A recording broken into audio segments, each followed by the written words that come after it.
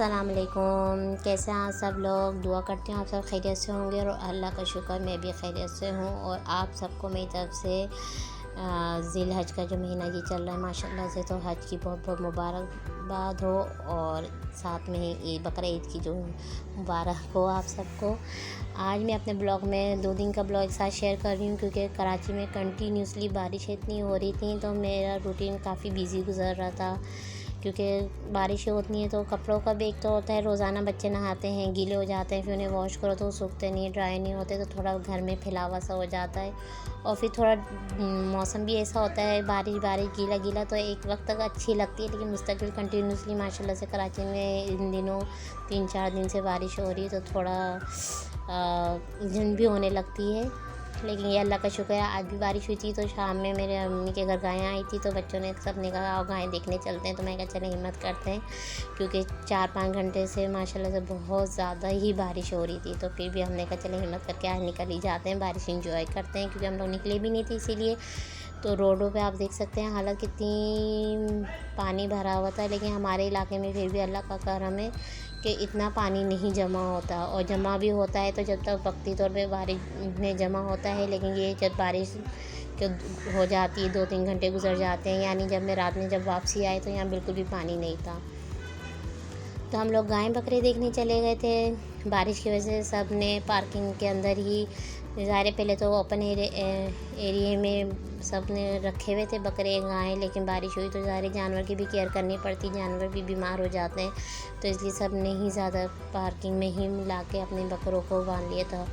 और इस दफ़ा बकरे ज़्यादा मुझे लग रहा है क्वांटिटी में ज़्यादा नज़र आ रहे थे, क्योंकि महंगाई भी इतनी हो गई है, तो ये ज़्यादातर लोगों ने बकरे मुझे लग रहा है प्रीफर करें, क्योंकि जिस तरह गायें आती थी हमारे प्रोजेक्ट में तो बच्चों का शोर हो जाता था कि गायें आई, तो बहुत कम इस दफ़ा शोर शराबा हुआ है, तो इसीलिए रात हो गई थी थोड़ी, और मौसम भी पूरा ध्यान दे रहा ही रहता है, बादल छाए रहते हैं, तो इसलिए हमने कहा चलते हैं एंजॉय कर लेते हैं थोड़ा सा।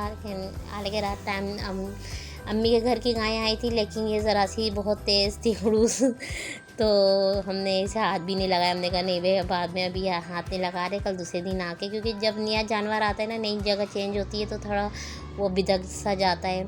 तो लेकिन हम फिर वापस आ गए थे, हमने कहा नहीं चले हम बाद में किसी दिन दूसरे दिन जाएंगे तो फिर दोबारा देखेंगे। तो फिर हम अपनी ही पार्किंग में घूमने लगे, हमने कहा चलो यहीं पर देख लेते हैं गाय, क्योंकि गाय तो फिर भी मासूम सी होती हैं। बकरे मुझे फिर भी तेज़ लगते हैं, क्योंकि बकरे होते हैं ना वो उछल कूद कर रहे होते हैं तो ठहरते नहीं एक जगह, गायें तो फिर भी एक जगह मासूम सी बैठ जाती हैं। लेकिन मेरी अम्मी के घर इत्तेफाक से यही हो रहा था कि बहुत तेज़ आई है, तो हमने तो टच भी नहीं करा था उसे, और दूर से वीडियो भी दूर से बनाई, क्योंकि वो जम करके ना आ रही थी। या तो जगह बदली है तो इंशाल्लाह वो जगह सेट होती जाएगी आहिस्ता आहिस्ता इंशाल्लाह, तो वो एडजस्ट कर जाएगी। तो बस हम यहीं घूम रहे थे, गायें बकरे देख रहे थे, क्योंकि इस बारिशों की वजह से मैं तो बिल्कुल भी नहीं निकल पाई थी। तो मैं कहा चले आज चलते हैं, वही ईद के दिन है, ये थोड़े से दिन हैं, फिर एकदम ईद आएगी ख़त्म हो जाएगी, क्योंकि आज हज का भी दिन था माशाल्लाह से। तो मैंने कहा चले आज हज भी हो गया है, अब ईद आ जाएगी, ईद भी गुजर जाएगी, ज़िंदगी इसी का नाम है, खुशियाँ आती हैं। अभी मीठी ईद आई थी, ऐसा लगता है अभी की बात है, तो थोड़ी घर में भी तैयारी करनी थी, तो मैंने कहा चलें अभी घूम लेते हैं फिर लेते हैं। और हमारे इत्तेफाक से वही होता है ना, काम बढ़ जाते हैं, कोई ना कोई इवेंट आता है, कुछ होता है, तो हमारा फ्रिज कूलिंग करना बंद कर दिया था, तो हमने फ्रिज वालों को भी कॉल करी हुई थी। तो जैसे ही वो आते हैं तो हमने कहा चलें पहले नीचे घूम लेते हैं, फिर जब आएंगे तो हम ऊपर चले जाएंगे। लेकिन वो भी बहुत अच्छे लोग थे जो हमने कॉल करी, तो उन्होंने रिस्पांस अच्छा दिया था कि हम अभी आपका फ्रिज चेक कर लेते हैं, क्योंकि ज़ाहिर बकरा ईद है, गोश्त रखना होता है फ्रिज में, तो फिर ज़ाहिर आपको फ्रिज काम नहीं करेगा तो गोश्त रखना तो बहुत परेशानी हो जाएगी। तो हमने एक दिन पहले ही हमने फ़ोन करा, तो उन्होंने कहा नहीं हम आ जाएंगे, आपका फ्रिज सही कर देंगे। तो बस उसी का इंतज़ार कर रहे थे, वेट कर रहे थे, और साथ साथ गायें देख रहे थे, एंजॉय कर रहे थे। आप लोग कमेंट में ज़रूर बताइएगा मुझे आपके घर में क्या आया है, या गाय आई है कि बकरा आया है, या आप लोगों ने किसी ने मस्जिद में हिस्सा लिया है, क्योंकि मेजॉरिटी इस दफ़ा बाहर भी मैंने नोट करा है कि जो चौरंगी पे या फुटपाथों पे तो बकरे ज़्यादा नज़र आ रहे थे, कि जगह जगह लोग बकरे लिए खड़े हुए हैं, तो बकरे लोग परचेज़ कर रहे हैं, और बकरों की बहुत प्यारी प्यारी जोड़ियाँ नज़र आ रही थी। बस बकरे होते हैं बच्चों की एक्साइटमेंट ज़्यादा होती है कि बकरा चलाना है हमें। गाय भी चलाने का दिल चाहता है, लेकिन गाय चलाने के लिए कोई बड़ा होना चाहिए या तो बिल्कुल मासूम सी गाय हो। तो बस यही है। तो यहाँ हम थोड़ा बाहर आ गए थे। ये दूसरे दिन का ब्लॉग है जो मैंने आपके साथ शेयर कर रही हूँ। तो आज जो मेरे फ्रिज वालों को मैंने कॉल करी हुई थी डॉलेंस के, तो वो आज उनके वर्कर्स आ गए थे, तो वो आके फ्रिज सही कर रहे थे। आज तक से चांद रात भी थी, तो बस इसी की फ़िक्र हो रही थी कि ये लोग आ जाए और फ्रिज सही हो जाए, क्योंकि एक दिन पहले भी रात में हम लोग वेट करते रहे थे और वो आज चांद रात वाले दिन आ गए थे।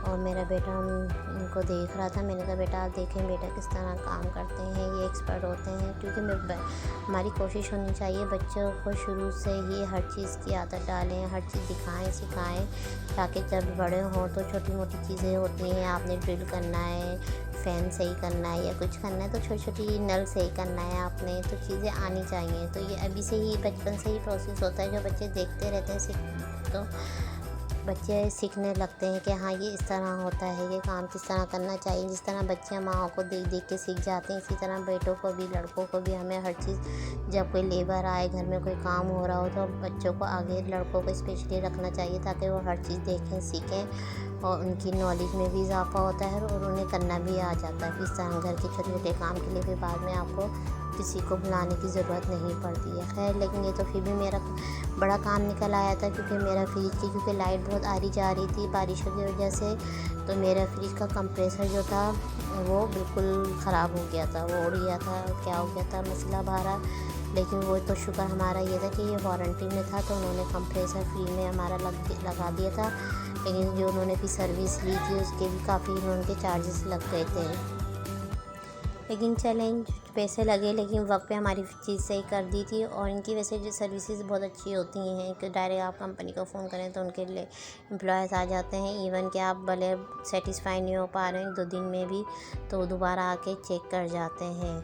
यानी फ़र्स्ट टाइम के चार्जेस लेते हैं सर्विस के देखने के, फिर उसके बाद जो आप को टाइम दे देते हैं 1 मंथ या 2 मंथ का, कि इसके अंदर अगर आपको ख़राबी हो तो फिर फ्री में वो सर्विस करेंगे। लेकिन ये है कोई चीज़ लगानी हो तो उसके चार्जेस लेते हैं।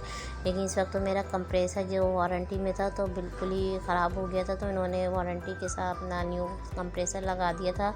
लेकिन इससे मुझे ये हुआ कि अब मेरा फ्रिज बिल्कुल हाल के अभी 1 साल ही हुआ है लिया हुआ, लेकिन इसकी अब वारंटी बिल्कुल ख़त्म हो गई थी। यानी होता है ना 12 साल की गारंटी दे रहे हैं, वारंटी दे रहे हैं, तो वो उन्होंने कहा नहीं फ़र्स्ट टाइम का कंप्रेसर होता है कि फ़र्स्ट टाइम बाय 1 टाइम ही हम चेंज करते हैं, तो आपका अभी ख़राब हो गया है। तो वो बहुत बड़ा एक लॉस हुआ है, लेकिन फिर भी बचत हो गई थी, क्योंकि इसने फिर ये कहता है कि अब नेक्स्ट टाइम खुदा खास्ता होता है तो ये आपको लगाना पड़ेगा। और ये अभी भी अगर आप न्यू लेंगे तो भी 25,000 रुपये का ये आपको लगेगा। तो लेकिन ये है चले अभी तो था अल्लाह का करम है, फिर भी सर्विस हो गई थी। और मेन चीज़ थी आज चांद रात थी, और चांद रात वाले दिन आ गए लड़के, इन लोगों ने काम कर लिया। तो मैं इनका यही कही थी भाई आपका बहुत बहुत शुक्रिया जो आप लोग आएँ, आपने सर्विस इतनी अच्छी प्रोवाइड करी, क्योंकि ये भी निकले हुए होते हैं, इनकी अच्छा होता है आप पीछे से इनको वो जो इनकी कंपनी में होता है जो कमेंट्स देते हैं तो उसमें आप दें तो अच्छा लगता है इनकी।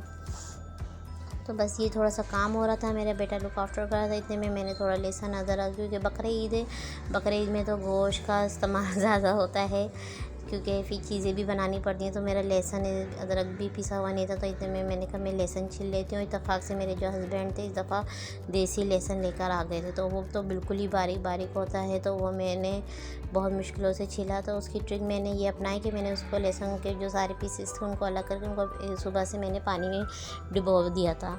जब वो डिप हो गए अच्छे खासे नरम पड़ गए तो उनको मैंने फिर छीला था, तो माशाल्लाह से जल्दी छिल लिए गए थे, क्योंकि वैसे मैं छिल रही थी तो बहुत टाइम टेकिंग प्रोसेस हो रहा था, और उसके जो नोकें होती हैं वो भी बहुत हार्ड थी। तो मैं जब छुरी से उनकी नोकें काट रही थी तो नाइफ़ जो है वो मेरे अंगूठे पे लग रही थी। तो मैं, क्योंकि मेरी सास जो है ना वो इसी तरह छिलती थी कि वो पहले ना भिगो दिया करती थी पानी के अंदर, फिर उसको छिलती थी। तो फिर मैंने कहा मैं इस तरह करके देखूँ, क्योंकि लहसुन अदरक का इस्तेमाल तो बहुत ज़्यादा बढ़ जाता है, सारे गोश्त है चीज़ें हैं आप वैरायटी बनाते हैं, और फिर लहसुन अदरक पिसा हुआ होता है तो आपने कबाब जल्दी से कबाब में बना के रख दिया, टिक्का बोटी में मसाला लगा के रख दिया, तो उसके बगैर तो गुजारा है ही नहीं। तो अगर आपके घर कभी भी देसी लहसुन आ जाए, बारीक लहसुन आ जाए, तो आप भी ये ट्रिक अप्लाइएगा कि उस लहसुन को पहले आप अलग अलग करके पानी में डुबो दें। जब वो पानी में अच्छा खासा कहते सुबह से भिगो दें तो 3-4 घंटे बाद वो नरम पड़ जाता है और उसको आसानी से वो छिल लिया जाता है। तो मैं कहा जब तक ये बच्चा मेरा दिख रहा है और ये लड़के भी शरीफ लग रहे थे जो वर्कर आए हुए थे काम कर रहे थे अपना, इतने में मैंने जल्दी से अपना लहसुन छिल लिया था और साथ में अदरक भी छिल ली थी। और फिर पपीता भी मैंने मंगवा लिया था क्योंकि कच्चा पपीता भी बहुत ज़रूरी होता है, क्योंकि टिक्का बोटी बनाते हैं हम लोग तो उसके लिए कच्चा पपीता तो बेसिक होता है। या फिर कच्चे कीमे के मैं कबाब बहुत ज़्यादा बनाती हूँ। तो मेरा इरादा यही था कि ईद के फर्स्ट डे तो या तो कलेजी तो बनेगी इंशाल्लाह, फिर साथ में मैं कच्चे कीमे के कबाब बना के भी रख दूँगी ताकि कोई मेहमान आते हैं गोश्त देने या कुछ भी हो तो वो कबाब अच्छे होते हैं, फ्राई करके आप किसी के भी आगे लगा सकते हैं। और साथ में ही मेरा इरादा था मैं टिक्का लगाऊँ, तो हम वर्कर काम करके चले गए थे। तो आज चांद रात वाला दिन था, लेकिन आज के दिन अल्लाह का शुक्र है बारिश कम थी, हल्की हल्की बूंदाबांदी थी। तो मेरा बेटा छत पे चला गया था। बेटी तो मेरी डर रही थी, कह रही थी नहीं मम्मा मैं नहीं जा रही, ठंडा ठंडा पानी हो रहा है। लेकिन बेटा मेरा माशाल्लाह से बहुत एक्टिव है इस मामले में उसे डर भी नहीं लगता ना सर्दी लगती है। तो वो छत पे चला गया था और छत पे वो बच्चे से नहा रहा था और मैं इतने में सारे काम हुआ था समेटने बैठ गई थी। काम समेटा मैंने सारा और फिर साथ में फिर मैंने बेटी से कहा आप जी बेटा चांद रात है तो आप जल्दी से मेहंदी लगवा लो, फिर रात होते होते काम बढ़ जाएगा क्योंकि मुझे चादरें बेडशीट चेंज करनी है, सारे छोटे छोटे बहुत काम होते हैं। जब आप अकेले रह रहे हो तो उसमें ज़्यादा आपके काम बढ़ जाते हैं। ज़ाहिर एक से दूसरा कोई हाथ नहीं होता जो आपकी हेल्प करवाए, क्योंकि हमें किचन भी देखना होता है, फिर घर भी समेटना होता है। और फिर ये होता है सुबह से कोई ना कोई आना शुरू हो जाता है गोश्त देने या मिलने, तो इसके लिए पहले से आपने प्रिपरेशन करनी होती है। और इस दफ़ा मेरा इरादा था कि मैं ईद वाले दिन कस्टर्ड बनाऊंगी, क्योंकि मैंगो कस्टर्ड, क्योंकि मैंगो का भी सीज़न है, क्योंकि शीर कौरमा तो हम बनाते ही रहते हैं। मीठी ईद पे भी शीर कौरमा मैंने बनाया था, लेकिन मेरा इरादा था इस दफ़ा थोड़ा डिफरेंट हो जाए। तो मैं जल्दी से मैं मेहंदी लगा दूँ, तो रात में ही मैं कस्टर्ड प्रिपेयर करके रख दूँगी और फिर सुबह में ठंडे ठंडे उसमें आम डालूँगी, तो वो कस्टर्ड अच्छा सा बन जाएगा। और फिर नमाज़ पढ़ने जाएंगे उससे पहले मेरा कस्टर्ड बन के रेडी होगा, तैयार होगा और ये खा के चले जाएंगे। फिर हम लोग दोबारा निकल गए थे। मेहंदी मेरी बेटी ने लगा ली थी क्योंकि काफ़ी काम मेरा हो गया था। लहसुन अदरक भी पीस गया था, पपीता भी मैंने पीस लिया था ब्लेंड। और फिर वो भाई की काम हम रात में देखने गए थे, लेकिन बहुत ज़्यादा तेज़ थी तो हम लोग तो दूर से वीडियो बना रहे थे और ये वाकई बहुत तेज़ थी। दूर से ही वो जंपे मारना शुरू कर लिया था। फिर भी हमने कहा नहीं चलो दिन में जाके देख कर आते हैं, क्योंकि कल तो इंशाल्लाह इस ईद होगी तो ये कुर्बान हो जाएगी तो हम देख नहीं पाएंगे। तो फिर जल्दी से हम लोगों का मेहंदी का काम भी निमट गया था। मैंने बेटी की मेहंदी लगा ली थी। काफ़ी मेरे काम माशाल्लाह से अल्लाह का करम होता है, जब आप नियत बांधने किसी काम की तो वो काम होते ही रहते हैं। तो इसीलिए मेरे काम सारे हो गए थे और हम लोग चले गए थे गाय देखने। और ये आप देख सकते हैं माशाल्लाह माशाल्लाह से बहुत ही अच्छी खूबसूरत सी काव लेकर आए थे। तो जो देख रहा हो तो वो प्लीज़ माशाल्लाह ज़रूर कह दे और कमेंट में ज़रूर बताएं कि आप लोगों ने इस दफ़ा बकरा लाए हैं या गाय लाए हैं लेकर आए हैं। और यहाँ बहुत अच्छे क्यारी में फूल लगे हुए थे, तो मैं अपने भाई से यही कही थी अल्लाह सारी क्यारी ख़राब कर देगी। लेकिन बात वही है ना कि बांधे भी तो कहाँ बांधे, क्योंकि बारिश भी चल रही है, साथ में हल्की बूंदाबांदी भी चल ही रही है। तो जानवर भी यही होता है कि बीमार ना हो, उसे चोट ना लगे, तो उसका ख्याल करना पड़ता है। तो बस यही है माशाल्लाह से। तो ये बहुत खड़ी हुई थी माशाल्लाह, बहुत अच्छी सी थी। लेकिन ये है हम दूर से ही देख रहे थे इसको, क्योंकि हमने कहा भाई इस वक्त रिस्क लेना नहीं चाहिए, ये ना हुआ के टक्कर मार दे और कल ईद है तो इसलिए हम लोगों ने बस दूर से ही वीडियो बना ली। लेकिन फिर भी बच्चे वो हो रहे थे एक्साइटेड के लेकर चलाएँ। मेरे बच्चे दोनों कहे थे, मैं कहा नहीं बेटा कहीं भाग जाए या कुछ हो जाए एंड टाइम पे फिर बहुत बड़ा लॉस हो जाता है, क्योंकि वैसे ही जानवर भी इतना महंगा हो गया है, महंगाई हो गई है। लेकिन फिर भी बच्चे बस ये एक्साइटेड है, थोड़ा थोड़ा करीब जाके हाथ लगा ही रहे थे, टच कर रहे थे।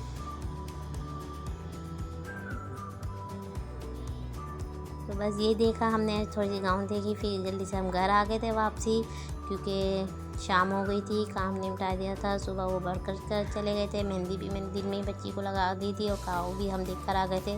तो मेरे हस्बैंड की ने फरमाइश करी कि आप जल्दी से आप पकौड़े बना लें अंडे के, और मेरी बेटी आलू के खाती तो उसके लिए आलू के पकौड़े बनाए, और मैंने थोड़े से मिक्स वेजिटेबल के भी पकौड़े बना लिए थे।